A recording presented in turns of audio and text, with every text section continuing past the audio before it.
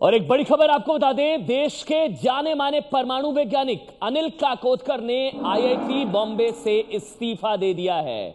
वो board of governors, IIT Bombay के board of governors के चेयरमैन हैं। उन्होंने इस्तीफा दे दिया। विवाद हुआ शिक्षा मंत्रालय से। पीटीआई की खबर के मुताबिक काकोदकर का शिक्षा मंत्रालय के साथ विवाद हुआ आईआईटी के निदेशकों की नियुक्ति को लेकर। 3 आईआईटी के निदेशकों की नियुक्ति को लेकर यह विवाद हुआ। काकोदकर का कार्यकाल मई तक है। इस्तीफा देने के बाद भी वो मई तक पद पर बने रहेंगे। शिक्षा मंत्री स्मृति ईरानी ने उन्हें इस बात के लिए मना लिया कि आप मई तक बने रहें। कल काकोदकर की फोन पर स्मृति ईरानी से लंबी बातचीत हुई शिक्षा मंत्री से। IIT Patna, IIT Bhubaneswar, IIT Ropar के ये 3 आईआईटीज हैं। इनके निदेशकों की नियुक्ति के लिए एक समिति बनाई गई है, सिलेक्शन एक कमेटी बनाई गई है, जिसकी अध्यक्ष स्मृति ईरानी है और काकोदकर उस समिति के सदस्य हैं। 3 आईआईटी के निदेशकों की नियुक्ति के लिए 22 मार्च को समिति की बैठक से ठीक पहले उन्होंने इस्तीफा दे दिया है।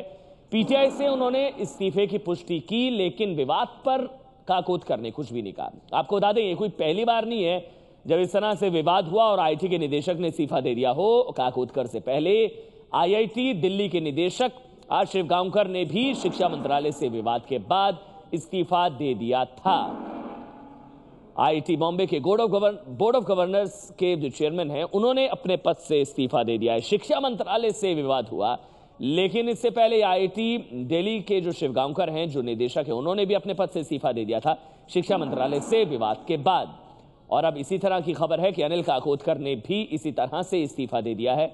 हमारे साथ सरोज सिंह, एबीपी न्यूज संवाददाता, इस वक्त हमारे साथ जुड़ चुके हैं। सरोज, ये पूरा विवाद क्या है? क्या नाराजगी थी? क्या विवाद था शिक्षा मंत्रालय से?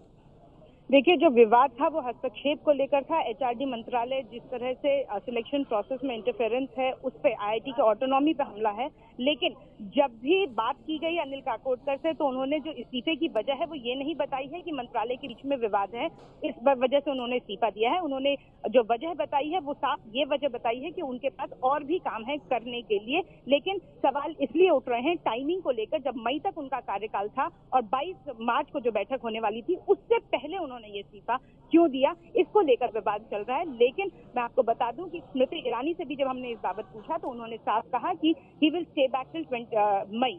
इसका मतलब कि जो उनका कार्यकाल है वो पूरा कर ही जाएंगे, एक्सेप्ट नहीं किया गया है। इस तरह के इंडिकेशन मानव संसाधन मंत्रालय की तरफ से दिए जा रहे हैं।